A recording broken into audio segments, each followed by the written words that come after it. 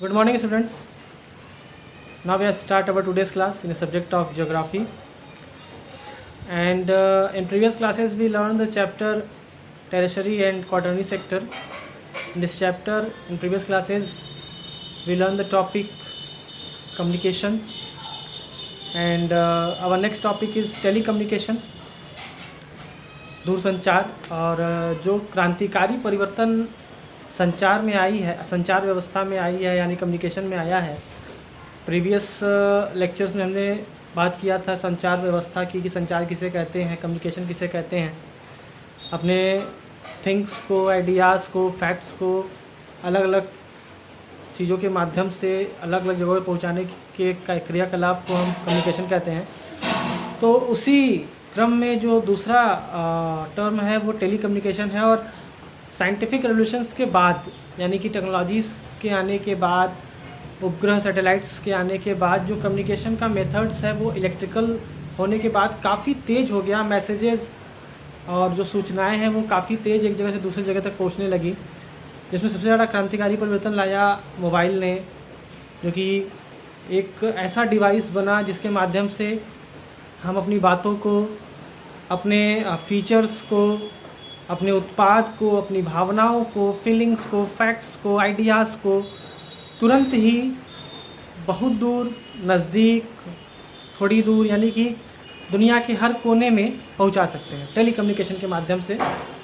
Radio television भी एक समय कम्युनिकेशन के मामलों में क्रांतिकारी सिद्ध हुए थे। जब पहले के समय में आए थे, जब रेडियो इंट्रोड्यूस हुआ था, तो लोगों के लिए ये बहुत बड़ा चमत्कारिक बात था कि लोग बहुत दूर से बोली हुई बातों को सुन पाएंगे एक डिवाइस के माध्यम से, और काफ़ी प्रचलन में हुआ था। आज भी रेडियो का प्रसारण होता रहता है विविध भारती के माध्यम से, ऑल इंडिया रेडियो के माध्यम से, और बहुत सारे प्राइवेट चैनल्स भी अब तो रेडियो में आ गए हैं। टेलीविज़न इसी तरह क्रांतिकारी उत्पाद हुआ था। एक समय जब आया था तब लोग देखे थे कि चलती फिरती हुई चलचित्र हम देख पाएंगे, सिनेमा देख पाएंगे, एडवर्टीज़मेंट देख पाएंगे।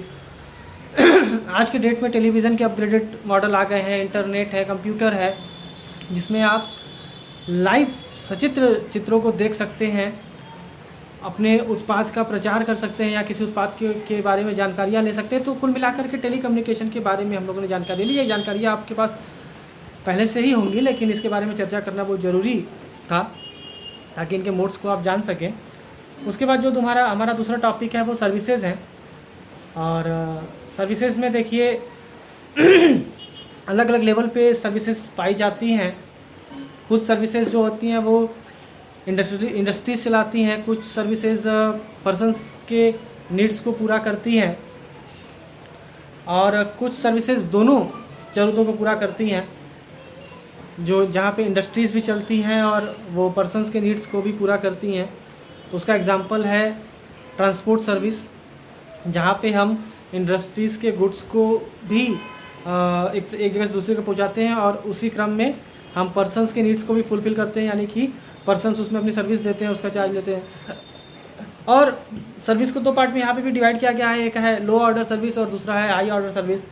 तो लो ऑर्डर सर्विस में आप देखिए बहुत सारे ग्रोसरी शॉप्स हैं, लॉन्ड्रीज़ हैं, और बहुत सारे more common and widespread than more common and widespread. इसका मतलब हुआ कि कुछ लॉन्ड्रीज़ यानी धोबी का व्यवसाय, और ग्रोसरी यानी कि किराने का दुकान, और कुछ कॉमन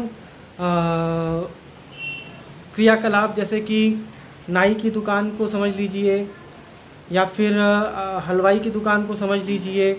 उसके अलावा स्टेशनरी की दुकान, यानी जो भी आपके लोकेलिटी में सिंपली दुकान है, शॉप्स हैं, ऐसी सर्विसेज लो ऑर्डर सर्विसेज में आएंगी। और जो हाई ऑर्डर सर्विसेज हैं उसमें आप देखिए तो मोस्टली स्पेशलाइज्ड सर्विस दिया जाता है। इसमें विशेषज्ञ स्किलफुल सर्विस दी जाती है, जैसे अकाउंटेंट हो गए, कंसल्टेंट हो गए, फिजिशियन और प्रोफेसर्स। ये सारी सर्विसेज जो हैं ये स्पेशलाइज्ड या स्किलफुल सर्विस मानी जाती हैं। और जो लो ऑर्डर सर्विसेज होती हैं उसमें मोस्टली फिज़िकल लेबर यूज़ होता है। जो हाई ऑर्डर सर्विसेज होती हैं उसमें मोस्टली मेंटल लेबर यूज़ होता है, यानी मानसिक श्रम यूज़ होती हैं। तो इस प्रकार के स्पेशलाइज्ड सर्विस या सेवाएं हमारे समाज में या हमारे मार्केट में उपलब्ध हैं। उसके बाद जो हमारा टॉपिक है वो फॉर्मल और इनफॉर्मल सेक्टर्स हैं। फॉर्मल इनफॉर्मल सेक्टर्स में यानी कि सिंपल इसको ऐसे समझिए, ऐसा सेक्टर जो एक तरीके से ऑर्गेनाइज्ड है और दूसरा जो अनफॉर्मल सेक्टर जो ऑर्गेनाइज्ड नहीं है।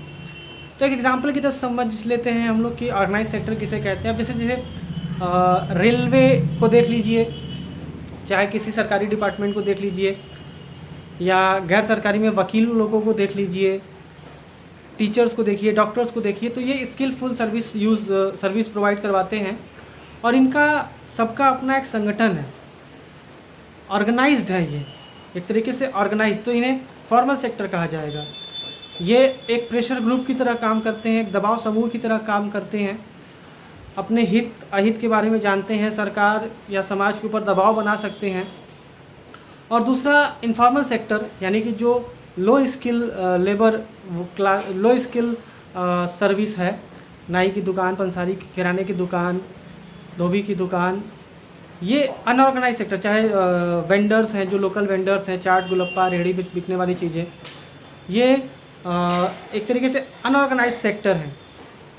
और एक लेटेस्ट एग्जांपल देखिए, जब हमारे यहाँ लॉकडाउन हुआ तो सबसे ज़्यादा जो नुकसान उठाना पड़ा वो अनऑर्गेनाइज सेक्टर को उठाना पड़ा।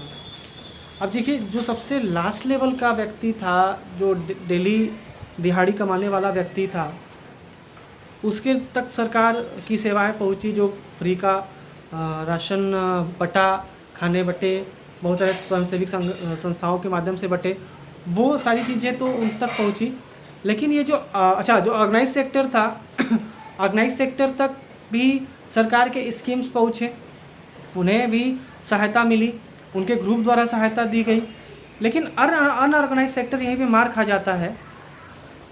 आप कल्पना करिए कि एक रेहड़ी पे चाट या गुलप्पा का दुकान लगाने वाला व्यक्ति जो डेली पैसा कमा करके अपने परिवार का पेट पाल रहा था, लॉकडाउन या किसी भी कारणों से अगर उसको अपना व्यवसाय कुछ समय के लिए रोकना पड़े तो वो सरवाइव कैसे कर पाएगा चाहे नाई की दुकान हो, धोबी की दुकान हो, पंसारी की दुकान हो, क्योंकि इतना प्रॉफिटेबल बिजनेस इनका होता नहीं है कि बहुत ज़्यादा पैसा पूंजी बचा करके वो भविष्य के लिए रख सकें।